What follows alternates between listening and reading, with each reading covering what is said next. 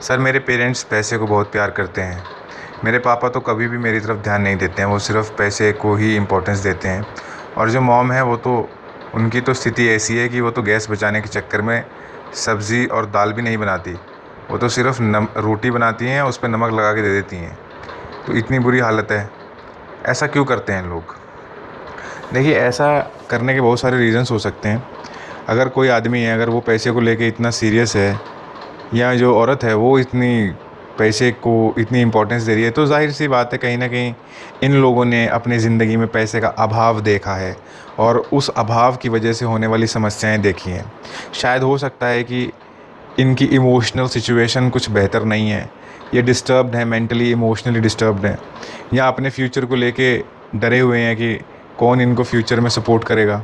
तो बहुत सारे फैक्टर्स हो सकते हैं। हमें किसी को भी जज नहीं करना चाहिए ये सोच के कि कोई व्यक्ति पैसों को ज़्यादा अहमियत देता है और बच्चों को अहमियत नहीं देता। ये सिर्फ़ कह देना बहुत आसान होता है कि हमारी तरफ ध्यान नहीं दिया गया, लेकिन सच्चाई ये होती है कि बहुत सारे जो पेरेंट्स होते हैं उनको अपने इमोशंस एक्सप्रेस ही नहीं करने आते हैं।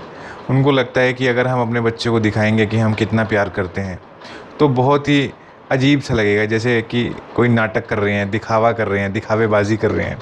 तो उनको ये चीज़ नॉर्मल लगती ही नहीं है, क्योंकि उन्होंने शायद अपनी फैमिली में भी कभी नहीं देखा कि कोई प्यार करता है तो कैसे करता है।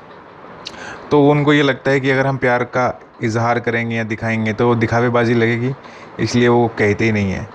या फिर अगर वो आपकी तरफ ध्यान नहीं देते तो उसका कारण पैसा नहीं होता है। ज़्यादातर क्या होता है, ज़्यादातर फैमिलीज़ में जब बच्चे अपनी मनमानी करते हैं और बिल्कुल नहीं सुनते पेरेंट्स की, तो जो पेरेंट्स का उनके प्रति लगाव होता है वो कम हो जाता है। धीरे धीरे उनको लगने लग जाता है ये तो कहने सुनने में ही नहीं है, इसे तो कुछ कह ही नहीं सकते। तो फिर वो जो अटैचमेंट होता है ना, वो भी बहुत वीक हो जाता है, फिर केयर ही ख़त्म हो जाती है। क्योंकि जब तक पेरेंट्स होते हैं या आपके रिलेटिव्स होते हैं, जब तक वो केयर करते हैं तो वो, उनको लगता है कि हम केयर करते हैं तो हमें डांटने का भी अधिकार है, तो हमें कुछ कहने का भी अधिकार है। तो जब अब जो नई जनरेशन है वो इस बात को बिल्कुल टॉलरेट नहीं करती है। वो ये कहती है कि हमें आप डांट नहीं सकते, हमें कुछ कह नहीं सकते।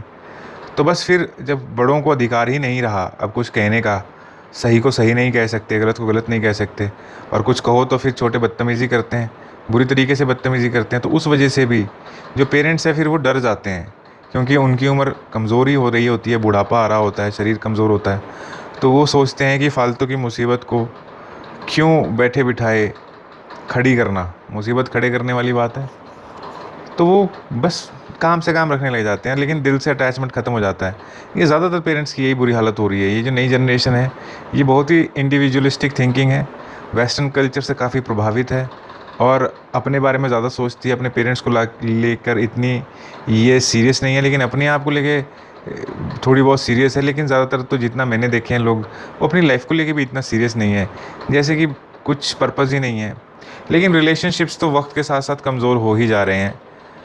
तो बस यहाँ पे ऐसा नहीं सोचना चाहिए कि पेरेंट्स पैसे को प्यार करते हैं। बहुत सारे फैक्टर्स हैं जो शायद आप देख नहीं पा रहे हैं या समझ नहीं पा रहे हैं, क्योंकि आपके उनके साथ इतनी बातचीत ही नहीं होती होगी, इतना कोई अटैचमेंट आपका और उनके साथ रहा ही नहीं है। शायद कुछ ऐसी बातें हुई होंगी जिनकी वजह से उनको लगा होगा कि ये तो हमारे कहने सुनने में नहीं है। तो बस जब तक व्यक्ति को लगता है कि ये हमारे कहने सुनने में है, तब तक अटैचमेंट भी होता है, केयर भी होती है। लेकिन जब भाई बहन ही क्यों ना हो, अगर भाई कुछ बहन को कहता है और वो रिएक्ट करती है, लड़ाई झगड़ा करती है, तो फिर रिश्तेदार, जो सगे रिश्तेदार भी होते हैं ना, फिर वो भी दूरी बना लेते हैं। तो बस फिर आप दूरी बना लेते हैं, बस वो रहते तो एक साथ घर में जैसे किराएदार रहते हैं। तो बस यही बात हो जाती है। तो अब इस चीज़ को ठीक कैसे किया जा सकता है?